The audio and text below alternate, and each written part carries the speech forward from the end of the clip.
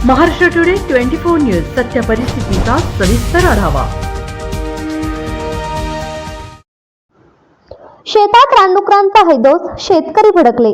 सामाजिक कार्यकर्ते भूषण फुसे यांच्या नेतृत्वात भर पावसात वनविभागावर मोर्चा। वन्यजीवांच्या हैदोसाने जिल्ह्यातील शेत पिकांचे मोठे नुकसान होत असते।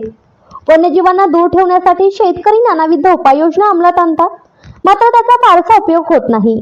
त्यात सर्वाधिक नुकसान रानडुकरांमुळे होत असते।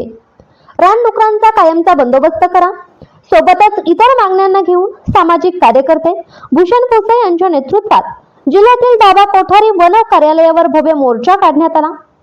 सततधार पाऊस सुरू असतानाही हजारो शेतकऱ्यांनी मोर्चात सहभाग घेतला। शेतकऱ्यांच्या मागण्या पूर्ण न झाल्यास वन्यजीवांचा बंदोबस्त आम्ही आमच्या परीने करू असा इशारा भूषण फुसे यांनी दिला।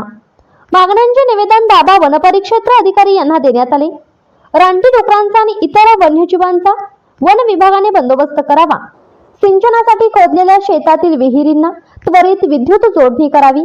तालुक्यातील ज्या गावात बस सेवा नाही त्या गावात बस फेऱ्या सुरू कराव्यात। तालुक्यातील प्राथमिक आरोग्य केंद्रात आरोग्यविषयक सर्व सेवा उपलब्ध करून द्यावे। विद्यार्थ्यांची गैरसोय टाळण्यासाठी प्राथमिक शाळांमध्ये मूलभूत सोयी उपलब्ध करून द्यावे। तसेच शिक्षकांची व इतर विभागातील रिक्त पदे त्वरित भरावे। घरकुल योजनेच्या लाभार्थ्यांचे थकीत देयके त्वरित वितरित करावे। रानडुकरांच्या हल्ल्यात मृत्युमुखी पडलेले गोजोली येथील विशाल भारत मोहुर्ले यांच्या परिवाराला वन विभागाकडून 20 लाख देण्यात यावे। शेतकऱ्यांना बारमाही पीक घेता यावे यासाठी सिंचनाचे प्रकल्प सुरू करण्यात यावे। पीक विम्यापासून वंचित असलेल्या शेतकऱ्यांना त्वरित मोबदला देण्यात यावा। विद्युत देयकावरील भार नियमन कमी करून सवलत देण्यात यावी। गोंड पिंपरी तालुक्यातील वनक्षेत्रातून खेडेगावाला जाणाऱ्या रस्त्यांची त्वरित दुरुस्ती करण्याची वन विभागाने मान्यता द्यावी इत्यादी मागण्यांचा मोर्चात समावेश होता।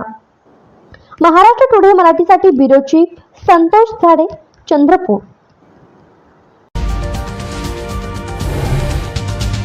आजच महाराष्ट्र टुडे 24 न्यूजला सबस्क्राईब करा आणि सत्य परिस्थितीचा सविस्तर आढावा पहा।